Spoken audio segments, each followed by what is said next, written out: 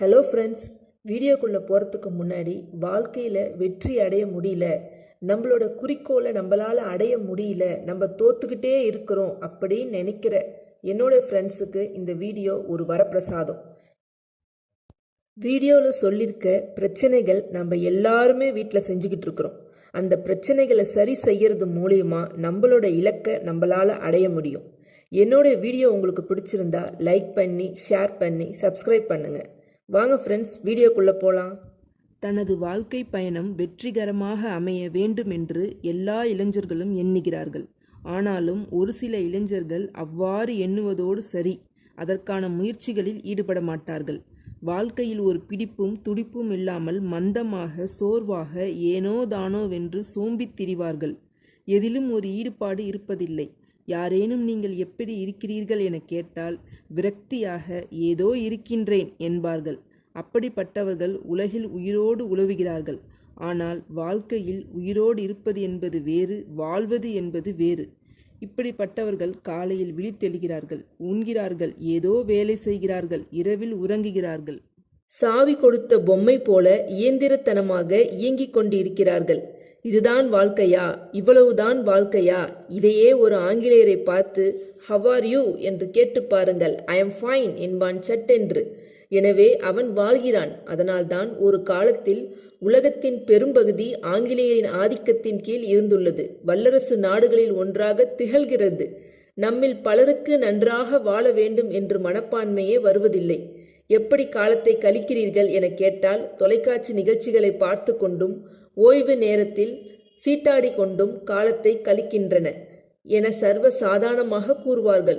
இவர்களா காலத்தை கழிக்கிறார்கள்? காலமல்லவா இவர்களை கழித்து அழித்து ஒழித்து வருகிறது. வாழ்க்கை பயணம் வெற்றி பயணமாக அமைய வேண்டும் என்ற எண்ணம் கொண்ட இளைஞர்கள் கூட சரியான குறிக்கோள்களை கைக்கொள்வதில்லை. கோடி கோடியாக சம்பாதிப்பதுதான் தனது வாழ்க்கையின் வெற்றி என தவறாக எண்ணிக்கொண்டிருக்கிறார்கள். பணம் சம்பாதிப்பதுதான் குறிக்கோள் என்றால் அதை எப்படியும் சம்பாதித்து விடலாம்.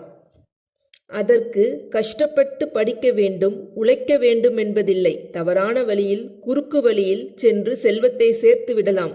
அப்படி சேர்க்கும் செல்வம் நிலைக்குமா?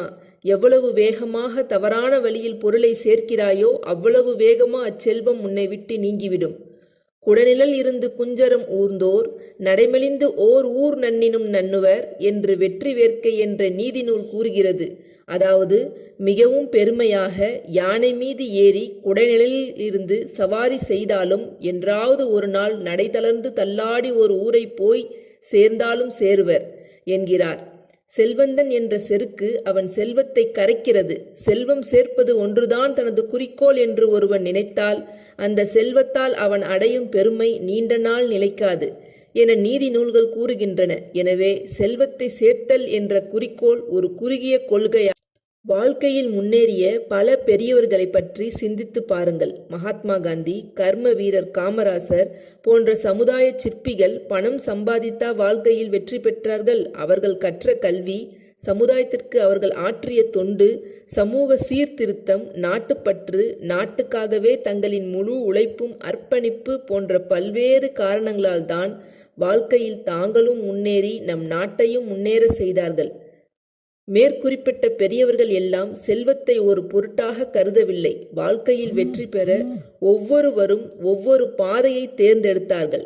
தங்கள் இலக்கை நோக்கி பயணித்தார்கள். வாழ்க்கையில் வெற்றி பெற்றார்கள்.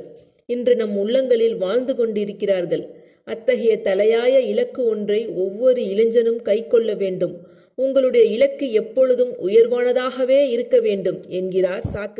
உலகில் இப்படிதான் வாழ வேண்டும் என்ற ஒரு குறிக்கோளுடன் வாழ வேண்டும் என்றேன். ஒரு சிலர் எப்படியும் வாழலாம் என எண்ணுகிறார்கள்.